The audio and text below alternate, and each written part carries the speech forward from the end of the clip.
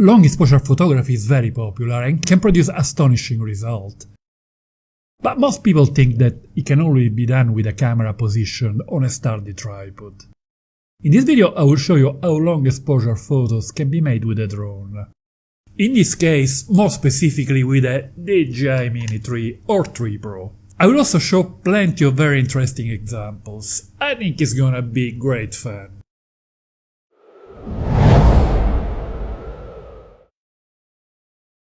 Long exposure means using a very slow shutter speed value to modify the aspect of the element in motion within a scene. The classic example is to get a soft, silky look in waterfalls or waves.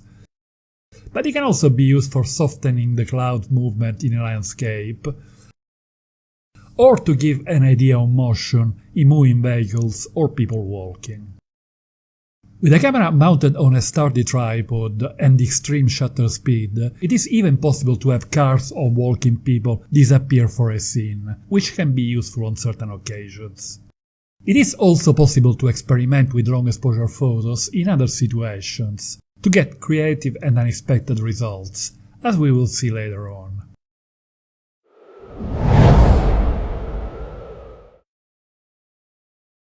There are three parameters interacting for exposure: the aperture, the ISO value and the shutter speed. For long exposure photos, it is absolutely mandatory to use manual exposure, as we must control these parameters, especially shutter speed. In the current DJI line, the Mavic 3 is the only model with a variable aperture. In the Mini 3 and 3 Pro, the aperture is fixed, so we only have ISO and shutter speed to play with.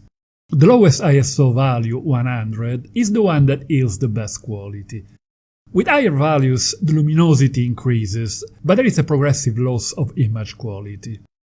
In recent DJI models, the tolerance to higher ISO has improved, and it is now possible to use an ISO value of 400 or even 800 without any significant loss of quality. So we have some room to move if needed.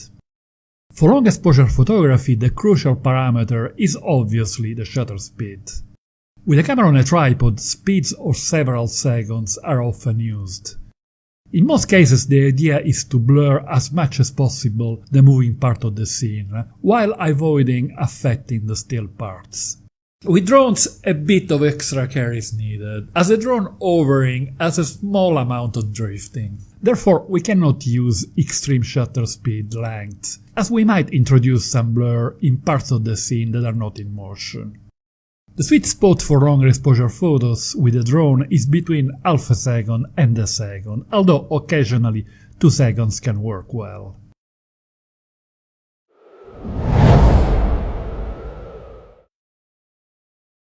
With a longer shutter speed, the sensor collects plenty of light. The luminosity is too high to expose correctly in full daylight and even around sunset or sunrise. This is why ND filters are needed for long exposure photography. The filters needed are the same used for shooting hyperlapses, which are much stronger than the one used for video. As for footage, such long shutter speed values cannot be used. The Mini 3 and 3 Pro have an extremely wide aperture of f1.7, which gathers a lot of light. Therefore, stronger ND filters are needed. I use an ND1000 and it works well, with the exception of the central hours of a sunny day, in which case an ND2000 is more suitable. But anyway, I strongly suggest avoiding the central hours of a sunny day, as the shadows are way too dark and the results are always disappointing, both for video and photos. It is much better to use the first couple of hours after sunrise, the 2 hours around sunset, or days when the sun is covered by clouds, for much softer shadows.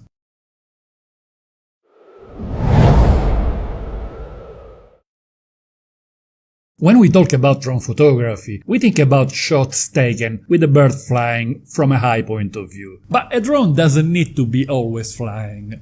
It is also possible to use a drone like a ground-based camera, without even activating the propellers. All we need to do is to find a level surface to place the drone on. The floor, a table, a low wall, a bus. We can even get organized to place it on a tripod. And the good news is that we save a lot on battery time. When the aircraft is placed on a solid surface, we can use very long shutter speed values and take advantage of countless opportunities for great long exposure shots, especially in urban environments.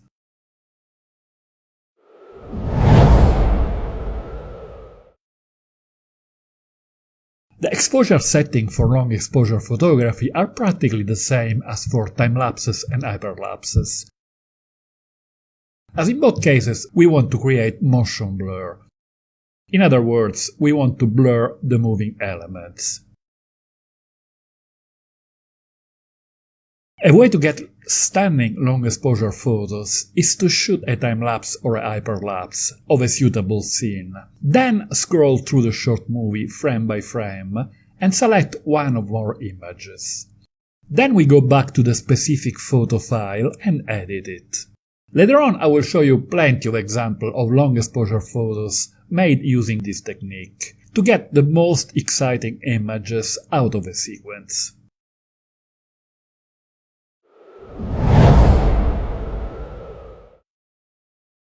The Mini 3 and Mini 3 Pro have the capability of rotating the camera to take vertical videos and photos. After a recent update, the Pro model can even take vertical hyperlapses. This opens up new possibilities for creative long exposure photos. And it is also very handy for users active on social media platforms like Instagram, TikTok or YouTube Shorts.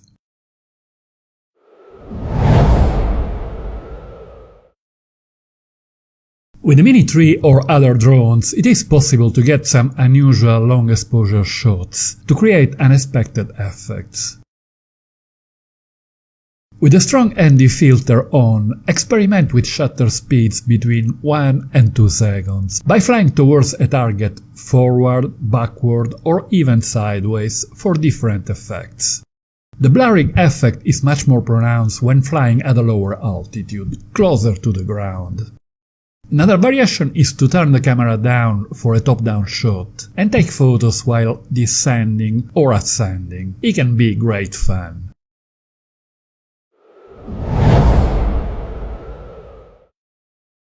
And now a few examples of long exposure shots. Some of them made with a drone, others with a ground-based camera. If you enjoyed the video, don't forget to hit the like button. It helps to spread the video to more viewers.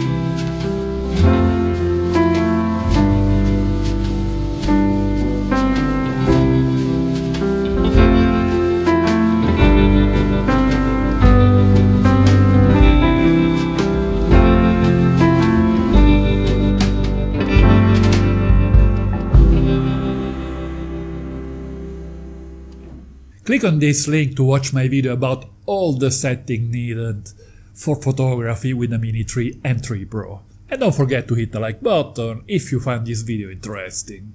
Thank you.